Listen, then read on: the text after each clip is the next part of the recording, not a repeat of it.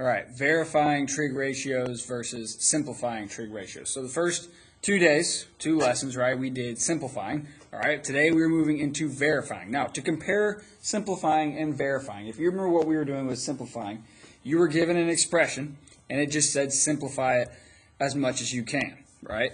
It's actually a little bit open-ended. With verifying, it's actually a little bit more concrete, right? You have truly have the goal in mind when you are verifying. So let's go ahead and jump in just to see what the kind of nuts and bolts look like for a verifying example, all right? And this is going to be number 1. The worksheet I'm posting has, I think, 20 questions. I'm going to do some examples, and then you're actually going to take care of the even. So this is going to be on the same worksheet. Don't get confused. So you're not going to do all the problems on that one worksheet. All right, so with number 1, though. Okay, so the example will have something like this. It'll have sine, okay, and then cosecant, sine of theta, and then times cosecant equals 1. Okay, now with verifying, you're actually always going to have a statement, right, like an expression, equal to another expression. All right, and what you were trying to do is you're trying to start at this original, right?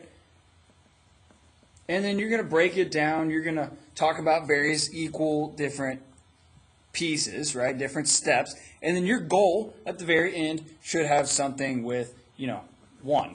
And then a reason, okay? So what you're really doing is you're unpeeling, right? You're doing sine of theta equals cosecant of theta equals 1. So you start with the sine of theta times cosecant of theta. And then you're going to get out 1. And you're just showing your steps to get to here. All right, now the truth is, if you really wanted, you could go from 1 to here, but that's going to be a little bit difficult in this case. But let me say, if there are times where you feel like going from the right to the left as opposed to the left to the right, then that's perfectly okay with me. All right, but in these problems, I'm going to go from left to right. Okay, so we're just working towards this goal of setting it equal to 1. Now, luckily, some of the pieces that we talked about on previous days were, some different, here it is, some different steps where you, to consider, right? Essentially, where you've got like substitute as many sines and cosines as possible, factor if possible, combine fractions, eliminate fractions. Those sort of things are helpful still here with verifying, okay? But sometimes the goal is complicated, okay? Sometimes the goal is relatively simple, okay? Let's just start with a simple one, and that's what we have in number 1. Okay, so we're working towards our goal, trying to get this equal to 1. Well, we know some of our classic steps are get rid of things that aren't sine and cosine and try to change them to sine and cosine. So let's go ahead and start with that one on this one. So I've got sine of theta times cosecant of theta. So I want to get rid of this cosecant of theta. So my first step here is just going to be to go ahead and change this cosecant to 1 over sine of theta. And we now, or hopefully we know by this point that my rule here, right, what I did from this step to this step is I just simplified it using the reciprocal identity. Okay, or you just write reciprocal, that's okay as well. And just remember, these steps here are just helpful so we can retrace our steps. All right, so now I have sine of theta, but then times 1 over sine of theta. So I end up with just sine of theta over sine of theta here. Well, it turns out, right, that is 1, okay? And this is just, if you were to write a step here, cancel, that would be okay. And then here, there's not really a step. It's just kind of combining. I guess you could say multiply, right? We are multiplying from here to here, okay? And that's our first verification of a trig identity. Again, I'm trying to show my steps and reasoning why sine of theta times cosecant of theta is equal to 1.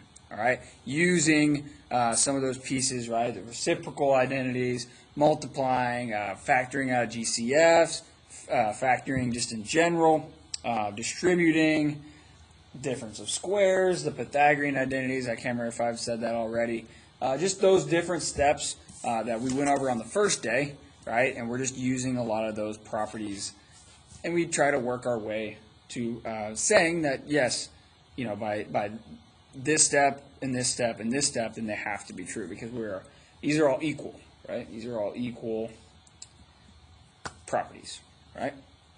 Okay, so there's our first verifying a trig identity. Let's go to number 3. Okay, number 3 is going to be 1, okay, plus sine of theta times 1 minus sine of theta equals cosine squared of theta. All right, so here we go. We're going to go ahead and start with that first part, right? And then I'm just going to write that. Okay, so 1 plus sine of theta times 1 minus sine of theta, and then we're going to try to work our way to cosine squared of theta. All right, so here we go. So the first thing I notice here is that we can factor, right? Sorry, take that back. We can FOIL here, right? We're going to multiply this binomial times this binomial, right? So let's just do it. Now, do I know if that's going to work out? No, I really don't. But just the way I'm approaching this, right, is I have something times something. Let's just see what happens if I multiply it out, right? Like, theoretically, we don't really know where to start. We just start, right? So let's just start to simplify and then see what happens and then see how we can approach it from here. Okay, so we're going to FOIL from this step to this step. All right, so the first, that's 1 times 1. So I've got 1. The outside, that's going to be 1 times minus sine of theta. So that's, just minus sine of theta. The inside, sine of theta times 1. So that's plus sine of theta. And then I have plus and a minus. This is my last. So plus and a minus, so it's going to be a minus. And then sine of theta times sine of theta. So that's sine squared of theta. Okay? So when we're foiling here, you might notice, right, like different people might notice that this is actually our example where it's we have the difference of squares, right? This is a difference of squares multiplying, or a difference of squares FOIL problem, right, where this middle term actually cancels out, okay? So in mine, I just happen to combine it into 2 different steps. So on this one, we would technically combine our like terms. These cancel out, that middle term, right? It cancels out. So 1 minus sine squared of theta. Okay? And that's it, right? Because minus sine of theta plus sine of theta, that goes away. Right? So I've got 1 minus sine squared of theta. Now, if you've been watching my previous videos, you would know that at this point, when we see 1s and sine squareds and cosine squareds, we want to try to start thinking Pythagorean identity. Maybe it's a Pythagorean identity. Okay? And let's just think about our goal right here on this one as well. Our goal is to get cosine squared of theta. So we want something, we want to be, doing all these different steps, and then we end up at cosine squared of theta. All right? Well, let's just see if 1 minus sine squared of theta is one of our Pythagorean identities. It is, okay? It is, right? And so we see that here, 1 minus sine squared of theta. That's, again, our Pythagorean identity section. So because I know 1 minus sine squared of theta is cosine squared of theta, we're actually done, right? Because I've got 1 minus sine squared of theta, and I know that that's equal to my goal here. And so my next step would be to write cosine squared of theta. We've got to have a reason, right? We've got to have a reason. And that would be the Pythagorean identity. That's one of my Pythagorean identities. Okay? So we got from here to here like we were supposed to. That's number 3 for verifying identities. Okay, let's do a new one. I will say these get more complicated as we go along.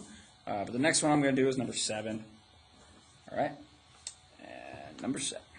Okay, so number 7 is sine squared of theta minus sine to the 4th of theta. This is a fun one. Equals cosine squared theta minus cosine to the 4th of theta. Definitely one that doesn't look like it should be true, but it is. Okay. So on this one, okay, we're going to start here. We're going to start with that first step since we're verifying. We're trying to show that this is equal to this using our pieces, using our factoring, using our foiling, using our Pythagorean identities, all that good stuff to get this. Okay, so we've got, we're going to start with this step. We'll just write that step out. All right. Okay, and what I notice here, what I notice here when I look at this problem, probably the first time I saw this, is I'm noticing that a few things, right? I've got some sine squareds, right? I've got some, sine to the fourth. I've got some cosine squareds. I'm probably going to use a Pythagorean identity at some point, okay? Probably, okay? But I don't actually know. It's just kind of a gut feeling, right? I've got those squareds and everything like that, so that kind of relates to the Pythagorean identities. So we're probably going to end up using that, but we'll see. The other thing I noticed is I've got sine squared here, but I've also got a sine squared factor in here. So I'm actually going to start with factoring out my GCF and just see what happens. Okay, I know that this term here has a sine squared, and I know that this has at least a sine squared, right? So I'm going to pull out the sine squared of theta, and let's just see where we're at from there. Let's approach the problem after that step and just see what happens. Okay, so let's go ahead and factor out the sine squared. Well, what are we left with? Well, we're left with 1, okay, minus actually sine squared, right? So we factored the GCF here. I factored a GCF because we've got, if we were, or undistribute, right? I'll go ahead and write that. Sometimes I write that. Undistribute. Okay? And, right, if we were to distribute the sine squared of theta, we should be back at this step up here, right? So distribute, we're back up here. We're good. Okay? Let's go ahead and zoom in a little bit so you can see. A little bit better. Okay, so sine squared of theta times 1 minus sine squared of theta. So we know at some point we want some cosines in this problem. Okay, we definitely want some cosines in this problem. So from here, okay, let's go ahead and just introduce some cosines. Okay, let me actually, I'm maybe getting too far ahead of myself. I don't want to do this a different way. Yeah, I've already started to do it a different way. Cool than I did in my notes, but that's all right. That's a good thing because that's how we approach these problems. Okay, so on this, I've factored the GCF. Okay, and I see again my goal, right, is to get some cosines in here. All right, so let's throw in some cosines. All right, we know how to throw in some cosines because we know we can change these sine squareds using some of our Pythagorean identities. So let's go ahead and do that. Okay.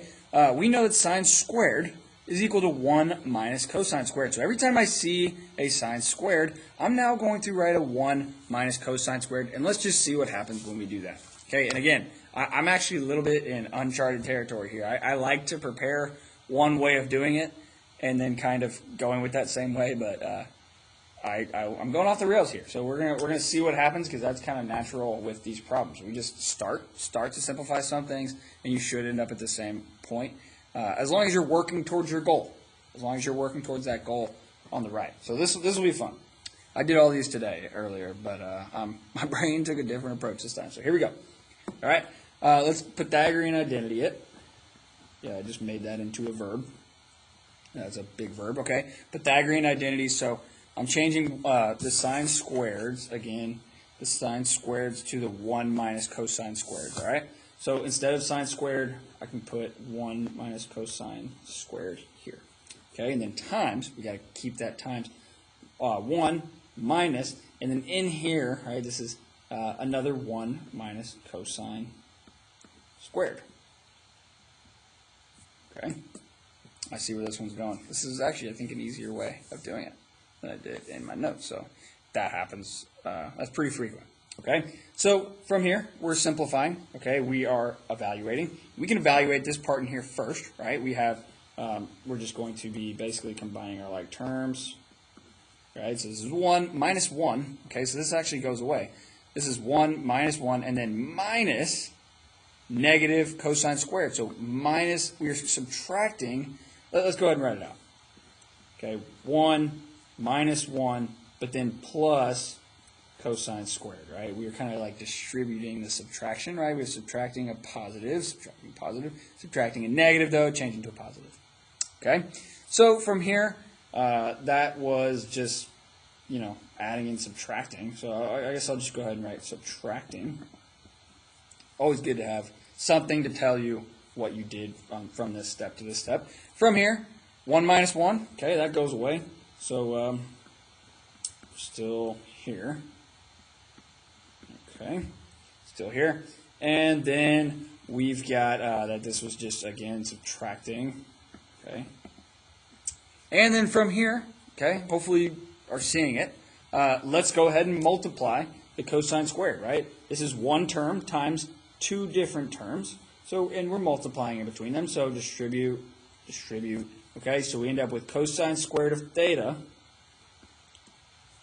minus cosine to the fourth of theta. And we ended up at our goal. Okay, so that was a neat one. That was fun. That was a good activity. Always important to keep me on my toes with these, right? Because there's so many different ways to do these. Other people might approach this in a different way, and it's just that's how these work. Okay, like just something I noticed. Like one thing someone could potentially do is just change everything immediately to splitting up this, right? Maybe doing like a sine squared here, and then minus sine squared of theta times sine squared of theta, and then just replacing all of your sine squareds of theta into 1 minus cosine squared, and then you just kind of see what happens. Again, you keep your eye on the goal. You can always end up at the same spot with these. Okay, but in general here, this was my rule.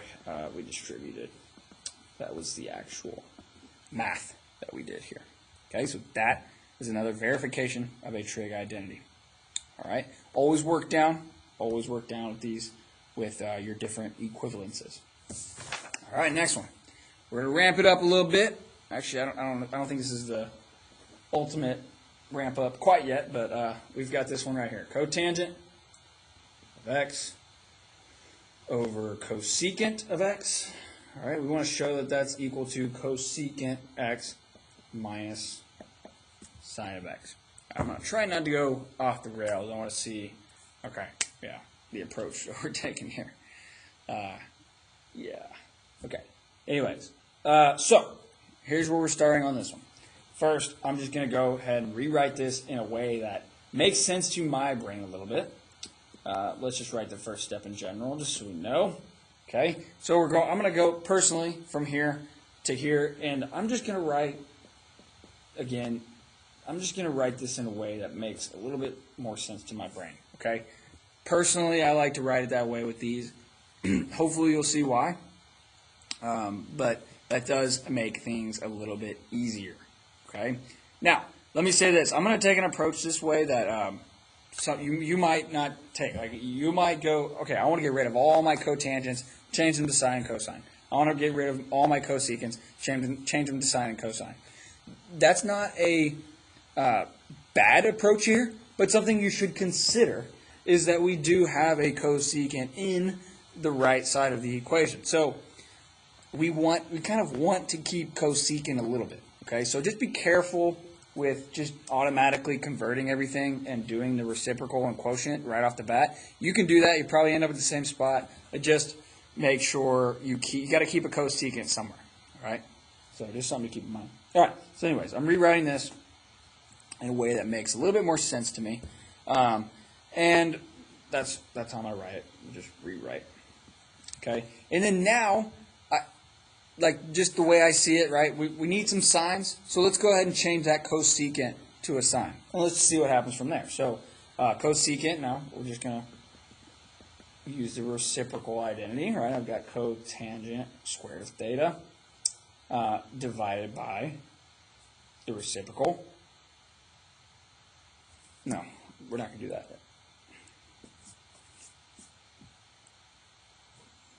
No, that's okay. We actually are going to do that. Okay.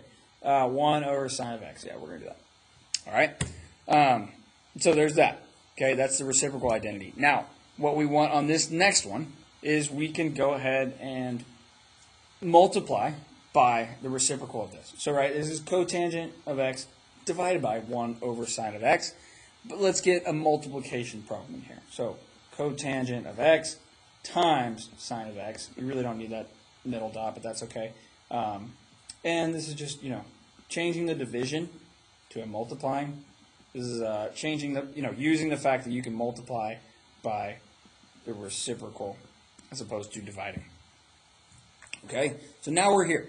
Okay, and then the next thing I see is this. In my answer on the right, and in what we're trying to verify, in what we're trying to show, you notice that we have a subtraction symbol, okay? And so when we see a subtraction symbol, we got to kind of introduce a subtraction symbol sometimes, or at some point. We're going to have to do that at some point, right? Our main thing that we're doing here is we're dividing. We're doing cotangent dividing, right? That's my main operation.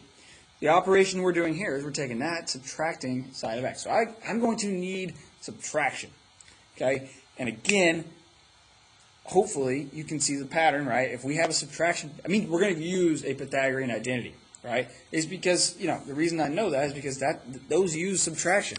So we know cotangent squared is equal to something that has to do with the Pythagorean identities. So let's go ahead and look and see at what it is. Here's cotangent, right? So cotangent, cotangent. So cotangent equals cosecant squared of theta minus 1. So let's go ahead and replace that, and let's just see where we're at from there. So cosecant squared of theta minus 1 as opposed to cotangent squared. Cosecant squared of x minus 1, and then times sine of x. So this was my Pythagorean identity. And you'll see that we're actually pretty close. Okay, we're pretty close. We're not quite there, but we are closer. Okay. All right. Let's see what's next. Okay. So let's go ahead and distribute here. Let's go ahead and distribute. It makes the most sense. I'm realizing that I can't go with my notes. I just got to go with what I know and what seems logical in the moment. That's why I'm kind of slowing down. Makes sense to me on this one to distribute. So let's distribute and see what happens. Distribute, distribute. That's where my brain's at right now. So cosecant squared of x times sine of x, and then minus sine of x. Okay, now all that was distributing, right? Distributive property. Okay, distributive or distributing, you can use the verb. Either way is okay. Again, we're just tracking our steps here. All right, so from here, okay, we have a piece that's similar, okay? We have something that's very similar, right? We have cosecant, okay, right? We definitely want some cosecants. And we have, but here it's times sine of x, and then minus sine of x. So we kind of want to get rid of that sine somehow, okay? We know we're going to have to get rid of that. We know we're going to have to get rid of the squared, okay? And then we know we're going to have to get rid of the, no, we're going to keep that, though. We're going to keep that. So this term is actually good. We're good to go on here. We just need to do some cleaning up over here. And it's natural. You're going to hit this point, right? This is actually, we're really close to being there, all right? And what we're going to do is we're actually just going to change one, okay? We're going to change one of our cosecants, all right? And I'm going to split it up. You'll see why I'll split it up in just a sec. Again, that's where my brain is at right now. I'm going to go ahead and change this as to a cosecant x times cosecant x times sine of x, and then minus sine of x. Okay, so I just broke up the squaring here, all right? I'm just going to, I can't think of a good word to trace it back, but understand we're just, cosecant squared, I'm just rewriting this, right? That's just cosecant x times cosecant x, okay? From here, okay, well, what is cosecant? All right, well, cosecant is 1 over sine. All right, and I'm just going to change 1 to 1 over sine of x, and then times sine of x, and then minus sine of x. So all I did on this step, I kept this, I changed this because it's a reciprocal identity, okay, and then I kept this, and then I kept this. So all I did from here to here, reciprocal identity. Now, why did I do that reciprocal identity? Well, look and see what we have. Now we have a sine of x times 1 over sine of x. So those cancel out, right? I have a cancellation here, all right? So I have a cancel situation. And now I am at my goal, which was cosecant x minus sine of x. And we're there, right? We're there. There's that one. Okay? And so a few pieces. This one was a little bit more complicated, right? A few pieces to reiterate. Probably the biggest step here is understanding that we want to get to subtraction. You've got to introduce subtraction somehow into the problem in a nice and neat way. The Pythagorean identities allow that to happen. So you can definitely use that. And then something else you should notice, right, is you had that cotangent squared. So anytime you're seeing those squareds, it's very likely that you're going to be using the Pythagorean identity that that's equal to. So, yeah, that's one way to do that one. Okay. And again, I with my notes, I did that a completely different way, in a completely different order. It's just depending on, I guess, I'm glad I'm realizing that, but just depending on where my brain is at on those particular ones. So obviously with you guys too, like you're going to be thinking about this in different ways. There are so many different ways and so many different orders to do these, and frankly, they're interchangeable. Like you can distribute first, or different things like replace the reciprocal identities first if you wanted. Do the Pythagorean identities first, right? Like literally the first step in this problem, you could jump in and change that Pythagorean identity, and you're going to end up at the same spot at some point. Okay, so yeah, that's number 11. All right, we're going to do number 17 next.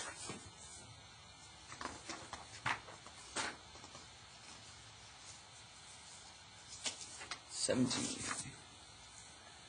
right. Okay, 17. All right, 17 is here. So we've got secant x minus cosine x equals sine x times tangent of x.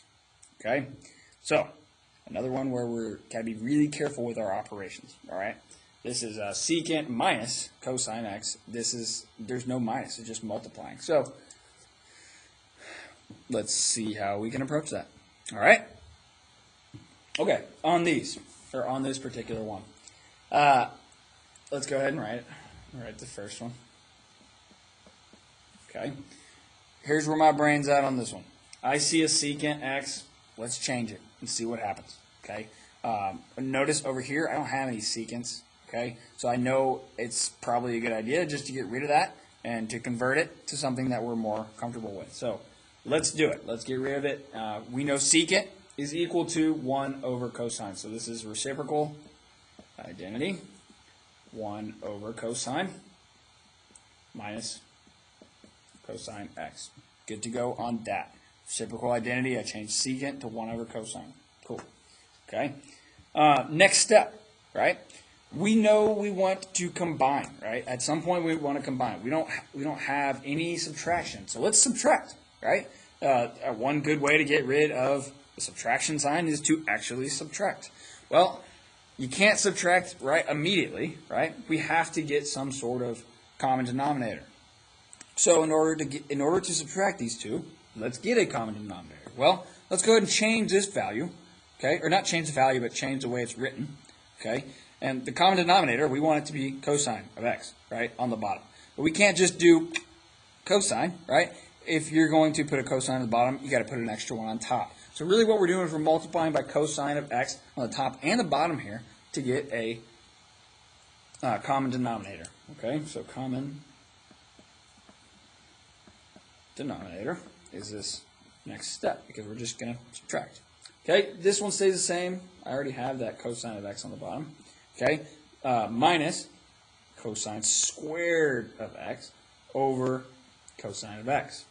So you notice how I change it, right? Again, if you really wanted to think about it, you could put an invisible 1 right on the bottom.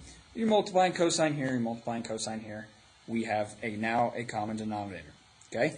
Now let's actually subtract and combine it really into one fraction. So that's how I'll go ahead and write this. One fraction. Let's get it into one fraction. So it's 1 minus cosine squared of x over cosine squared.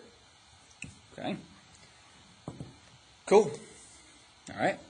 On this one, yes, you see the cosine squared, right? So probably going to be working with Pythagoras, good old Pythagoras, right?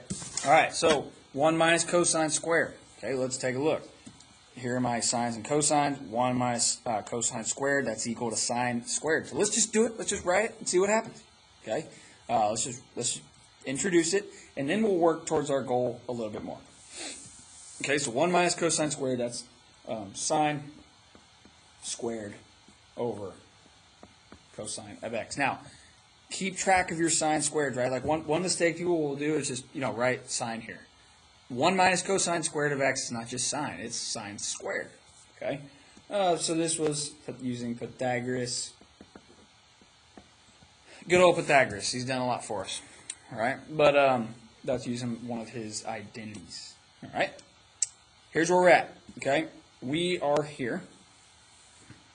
Sine of x, okay, times tangent. Well, that's where we want to go. Okay? We're not quite there yet, but we see sine squared, okay, over cosine squared. So I'm going to rearrange this, right, into a multiplying thing, like a multiplying product, okay? And this sine squared here, like I'm going to take one of these, right? I'm going to take one of the squareds and just put it to the side, okay? I'm just going to rewrite it, okay? So when I do that, well, what would go here? So if I pull out one of those sine of x's, well, I just have sine of x, right? So on top it's sine of x times sine of x. That's still what we have here, right? Sine squared of x. And on the bottom, it's over cosine of x. So we see that, right? And now we're kind of wondering, right? We have the sine of x part, but we don't have the tangent. But what do we know about sine of x over cosine of x? Well, that is tangent, okay? So I'm going to go ahead and write, my step here was rewriting, probably. Right? I'm just shifting it to where I kind of make it look like this, okay? And then sine of x is over cosine of x is tangent of x. That's using my quotient identity, all right? So we have sine of x times tangent of x up here, and then we're done, okay? We are done with that one now, okay? Cool, that's 17. Yeah. All right, next one. This is where it gets real. Just saying, we're gonna ramp it up a little bit on number 15. Okay, this is a long one, probably a 2-column, full-page process here. But all right, let's do it. So secant x minus 1 all over 1 minus cosine x is equal to just secant x. Looks simple. It's only, 1, 2, 3, 4, 5 little pieces, all right? But this is a tough one, okay? All right, let's do it. Okay, so let's go ahead and write it. Secant x, we're just writing this left part. Okay, there we have it. All right, so here's where I recommend you begin with this problem. This is a common thing that you will see with math just in general, okay? When you have one of these funky minuses on the bottom, okay, you actually want to get rid of those, okay?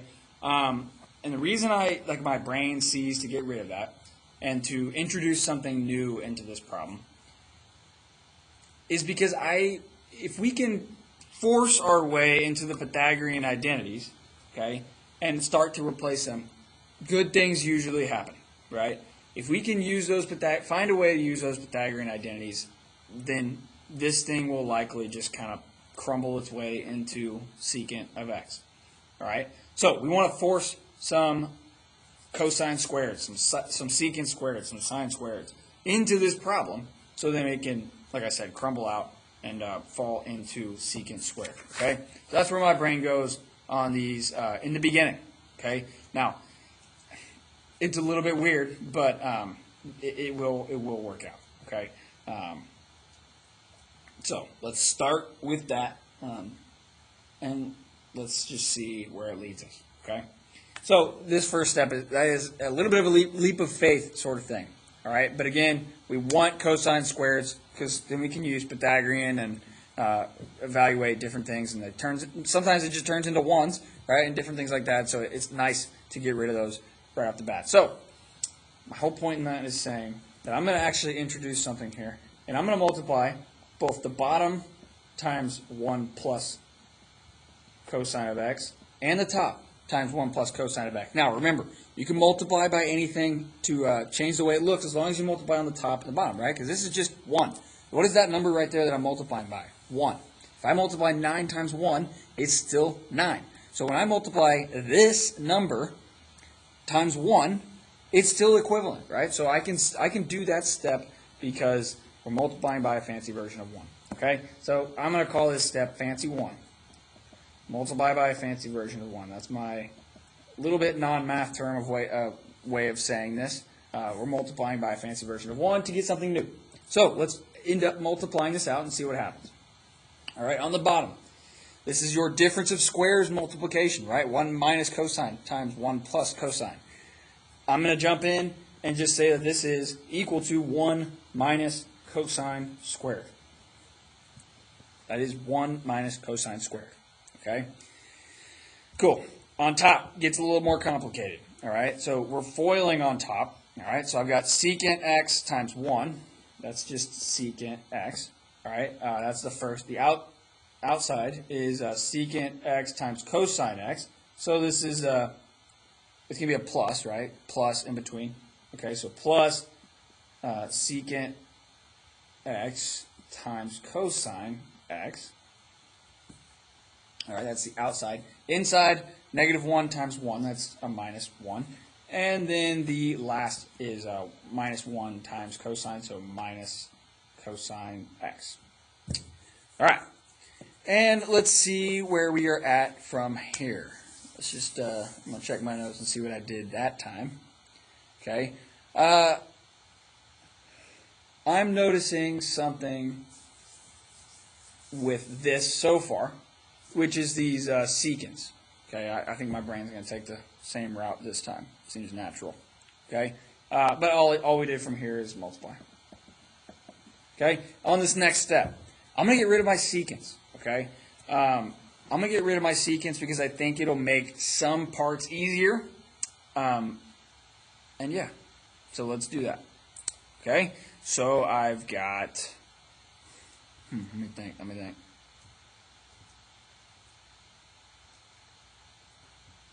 Maybe I'll just get rid of 1. Maybe that'll make this easier.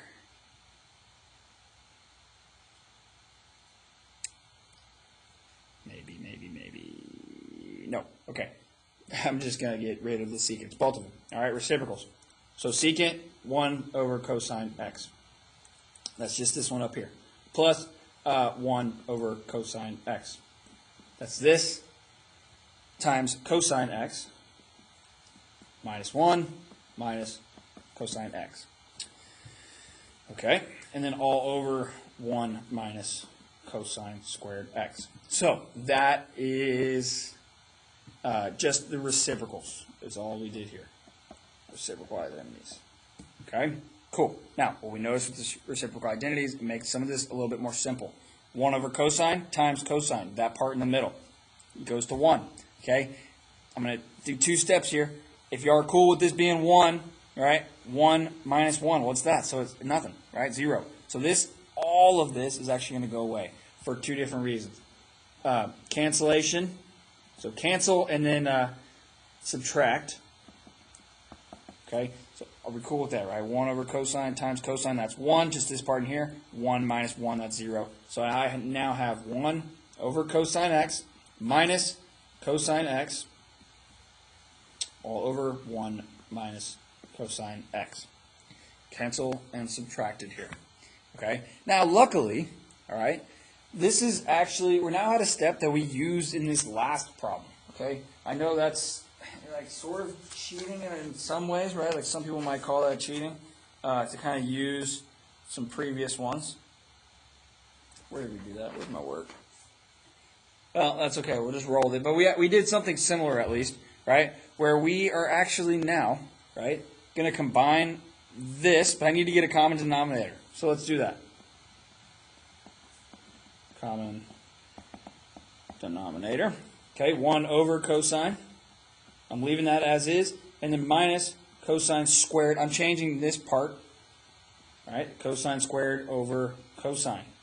Okay, and then all over, we can't forget that, 1 minus cosine squared of x. Okay, so now what I have on the top, okay, we're close. I know it doesn't look close, but we are close. Now what I have on top, okay, is I have 1 over cosine x. I can now combine these. right? I can now combine these because I had the common denominator up top. I had the top common denominator. These. We can now combine. Okay, so I have 1 minus cosine x, that's this, 1 minus cosine x over cosine of x, all of that over 1 minus cosine squared x. Yeah, we ramped it up quite a bit, right? So, here's what we have, okay? We've got 1 minus cosine squared of x over cosine of x, and then 1 minus cosine squared of x. So notice, 1 minus cosine squared of x, and then another 1 minus cosine squared of x. Okay? Let's pull this out to the side, right? That 1 over cosine, okay? What do we do here? We subtracted, okay? And then we're going to kind of work like this. I'm going to change the way this looks, like so.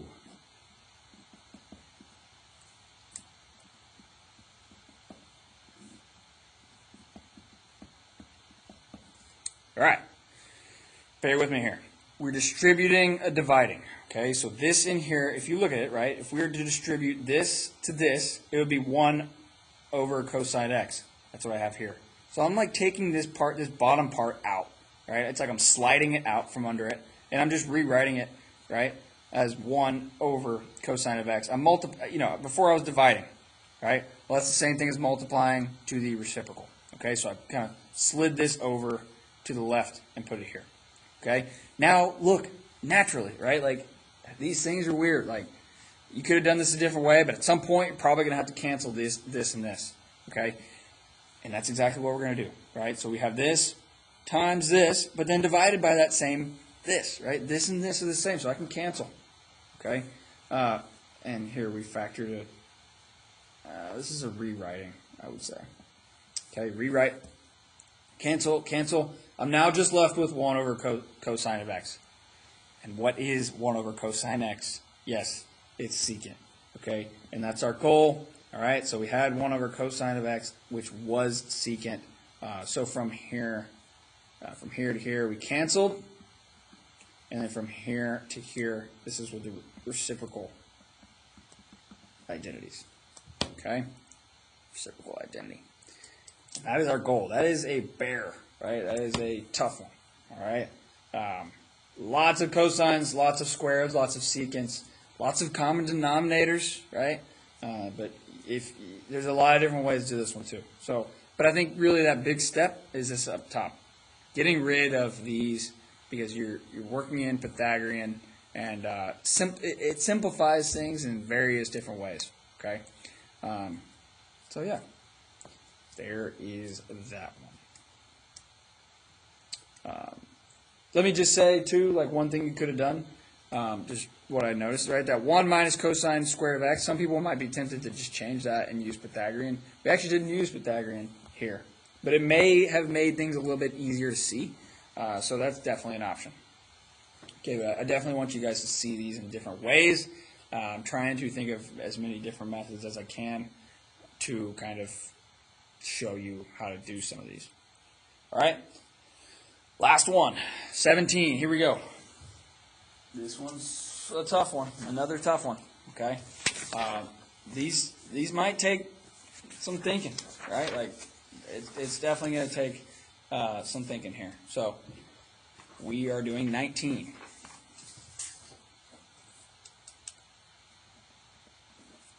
All right. And let me just say this, right? Like some of these, like you might get stuck. Like you might get put in a loop, okay? Where you're kind of like end up repeating things. What I recommend is that's just part of the process here, guys, when we're learning, right? This is a tough topic. This is not done overnight. You have to see these repetitively. You just gotta keep working it, right? Maybe come back. Like one thing I recommend sometimes with math is when you're stuck, go to bed. Call it. I mean, I'm serious. If you need to tell me, if you want to email me, like, hey, Mr. Leeds, I gave up on this problem. I'm not doing it. I'm not doing it today. Okay? That's okay. That's part of math, right? Sometimes these things take days to come back and take a look at. So, just some food for thought as you continue your math career, right? So go to bed, go to sleep, read a book before you go to sleep. Come back to the problem the next day with some fresh eyes, and you never know what might happen. Okay, it's kind of cool. All right, so 19. Here we go. Yeah, 19. Okay, so this is cosine of x times cotangent of x, 1 minus sine of x, and then minus 1. Okay, all of that to get to cosecant of x. All right, let me see here how I approached this one.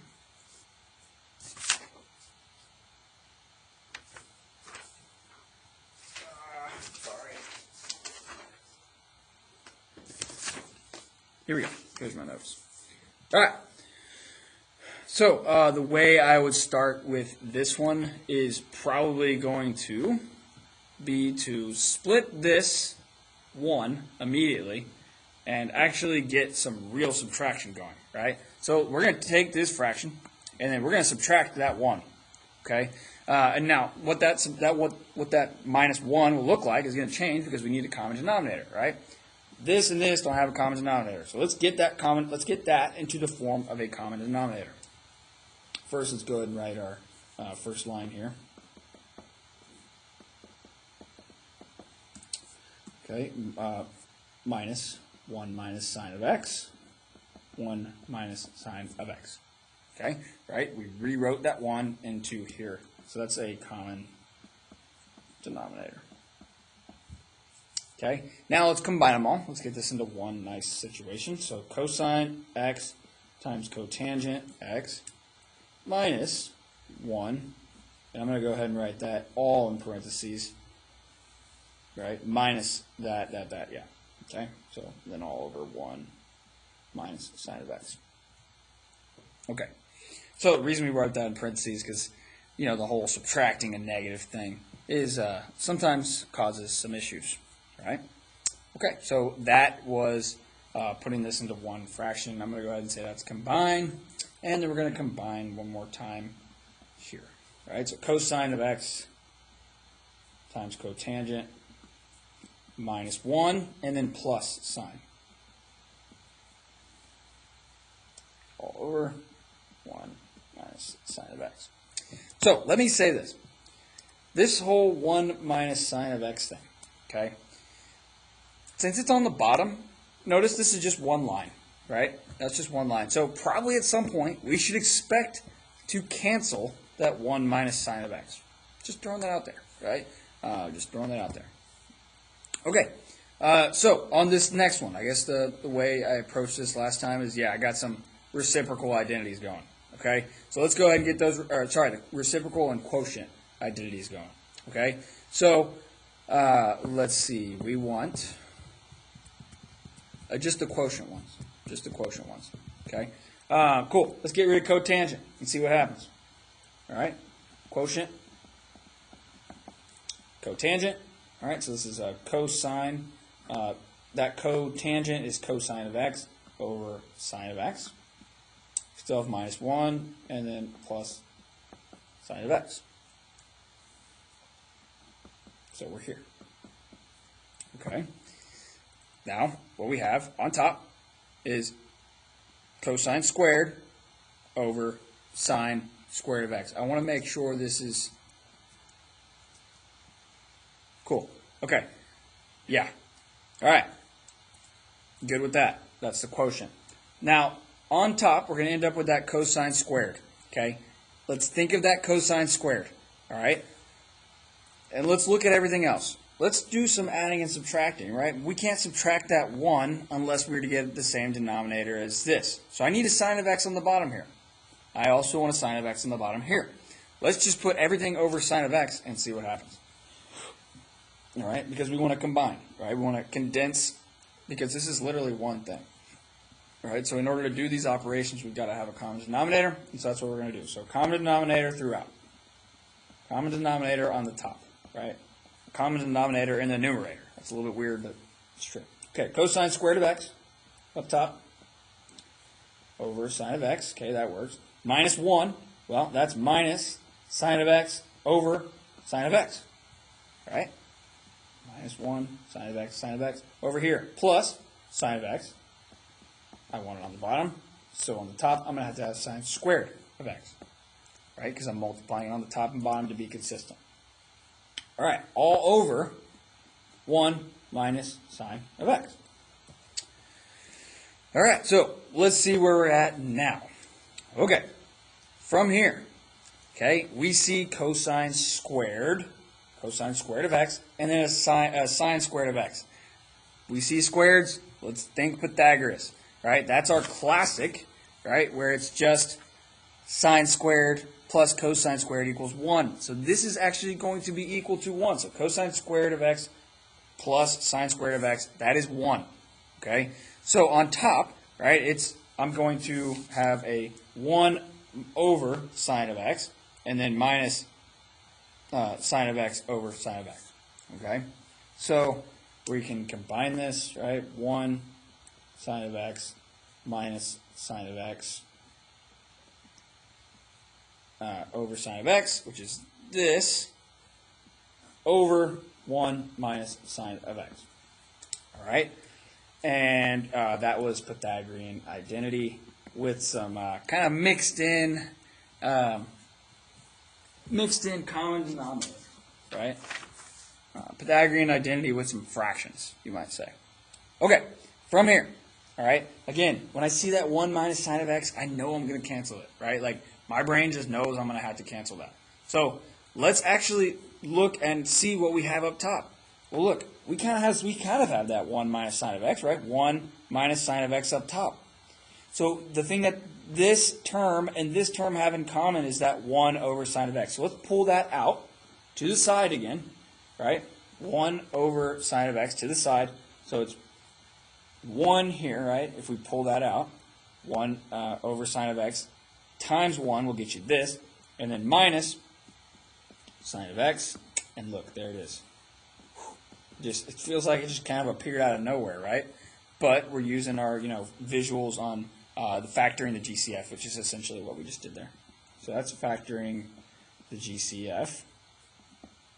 Okay, and then again these cancel now. Okay, so cancellation here. We're left with just 1 over sine of x, which is, thank goodness, cosecant of x. That's using our reciprocal identity here. Okay, right there. All right, so it's a tough one. Okay, this is a tough one, but that's the process that has to be taken, or one way to approach this. All right. Again, there are multiple ways, right? And frankly, I can I recommend you guys say, hey, Mr. Lees, I did it this way. Is this okay? Take a picture of your work, send it to me. Let's talk about it. I love looking at different methods of doing this. It is so cool to me. I mean, that's just the coolest thing. So, all right, guys, y'all take care. That's some good stuff, though. All right, keep watching, keep hacking away, keep trying. Start somewhere. Change your sines and cosines if needed. Right. See those squareds and think Pythagoras. Right. See the trig squared. You're probably going to use Pythagoras. Work your way towards that right side. But that is our first day of verifying trig identities. You guys have a great day. See you later.